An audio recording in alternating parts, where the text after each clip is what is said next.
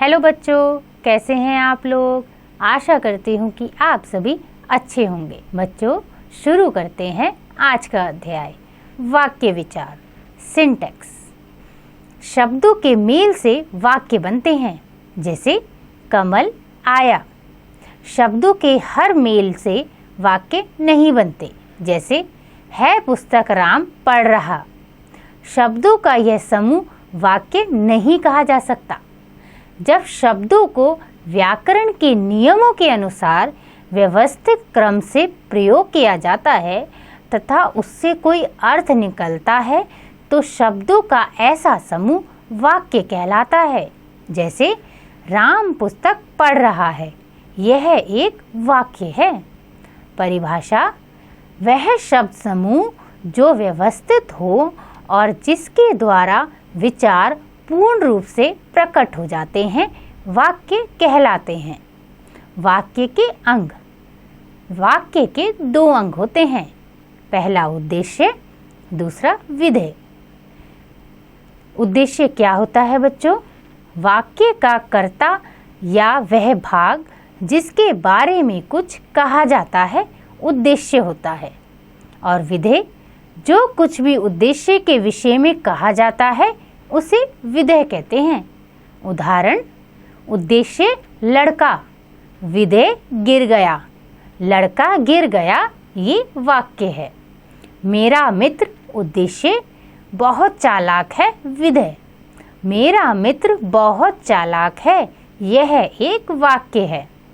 अजय बहुत बलवान था। मेरा भाई गौरव बहुत नटखट है। सागर बाजा बजा रहा है। हिरन तालाब में पानी पी रहा है। वाक्य के भेद। वाक्यों को दो आधारों पर विभाजित किया जाता है, रचना या स्वरूप के आधार पर और अर्थ के आधार पर। आइए बच्चों देखते हैं रचना या स्वरूप के आधार पर वाक्य भेद। इस आधार पर वाक्य तीन प्रकार के होते हैं। पहला, सरल वाक्य। जिस वाक्य में एक उद्देश्य और एक विधेय हो, ऐसा वाक्य सरल वाक्य कहलाता है।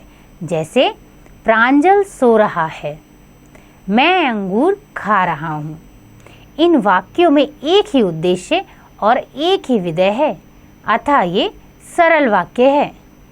दूसरा है संयुक्त वाक्य। समान स्तर के दो या दो से अधिक सरल वाक्यों को समानाधिकरण समुच्चय बोधक से जोड़कर बनाए गए वाक्य को संयुक्त वाक्य कहा जाता है। जैसे बच्चों, प्रातः काल हुआ, यह एक सरल वाक्य है। इसमें हमने जोड़ा और समुच्चय बोधक। तान्या उठ गई, सरल वाक्य है। बच्चों, इन तीनों से मिलकर बना संयुक्त वाक्य। प्रातः काल हुआ और तान्या उठ गई। अगला है वह बाजार गई, यह एक सरल वाक्य है, परंतु समुच्चय बोधक।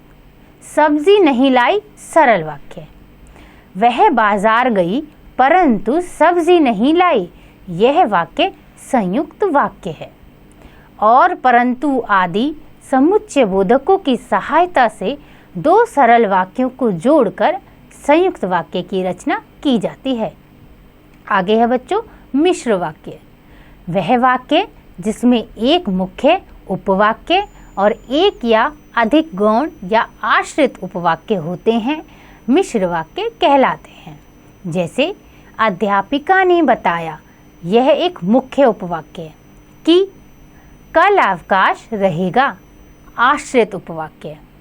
अध्यापिका ने बताया कि कल अवकाश रहेगा, यह एक मिश्र वाक्य है। आगे अर्थ के आधार पर वाक्य भेद। इस आधार पर वाक्य निम्नलिखित 8 प्रकार के होते हैं। पहला, विधानवाचक वाक्य। जिन वाक्यों में क्रिया के करने या होने का सामान्य कथन हो, वे विधानवाचक वाक्य कहलाते हैं। जैसे माताजी मंदिर जाती है, यह एक सरल वाक्य है। कल पारस का जन्मदिन था। अगला, निषेधवाचक वाक्य। जिन वाक्यों से निषेधता का बोध हो वे निषेधवाचक वाक्य कहे जाते हैं। जैसे कार्तिक विद्यालय नहीं जाता है, वह चल नहीं सकता।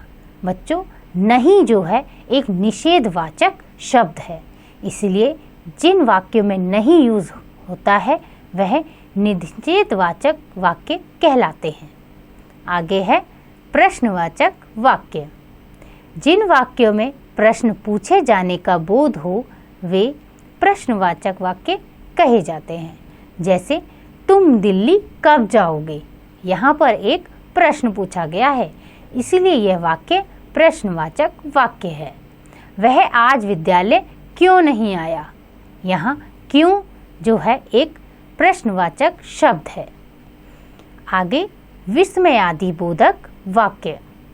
जिन वाक्यों से हर्ष, शोक, घृणा, क्रोध आदि के भाव प्रकट होते हैं उन्हें विस्मयादिबोधक वाक्य कहा जाता है। जैसे वाह क्या मैच था, छी छी कितनी गंदगी है। आगे आज्ञावाचक वाक्य। जिन वाक्यों से आज्ञा, आदेश, अनुमति या अनुरोध का बोध हो उन्हें आज्ञावाचक वाक्य कहते हैं। जैसे तुम जा सकते हो, वह किताब मेरे पास लाओ। तो बच्चों, इस वाक्य में आज्ञा का प्रयोग किया गया है। यह वाक्य आज्ञावाचक वाक्य है। संदेहवाचक वाक्य। जिन वाक्यों में कार्य के करने या होने में संदेह, संशय या संभावना का बोध हो ऐसे वाक्य संदेहवाचक वाक्य कहलाते हैं। जैसे शायद आज विद्यालय में अवकाश हो, ना जाने वे कब आएंगे। तो बच्चों, इन वाक्यों में संदेह है, इसलिए ये वाक्य संदेहवाचक वाक्य हैं। इच्छावाचक वाक्य। जिन वाक्यों में वक्ता की इच्छा, कामना या आशीर्वाद प्रकट हो वे इच्छावाचक वाक्य कहलाते हैं। जैसे भगवान तुम्हें सुखी रखे, जन्मदिन मुबारक। और आगे है संकेतवाचक वाक्य। जिन वाक्यों में एक क्रिया का होना दूसरी क्रिया पर निर्भर होता है ऐसे वाक्य संकेतवाचक वाक्य कहलाते हैं।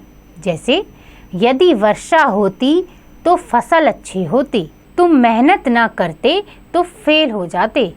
यहाँ बच्चों एक क्रिया दूसरी क्रिया पर निर्भर है, इसलिए यह वाक्य संकेतवाचक वाक्य है। आपने सीखा शब्दों का सार्थक समूह वाक्य कहलाता है।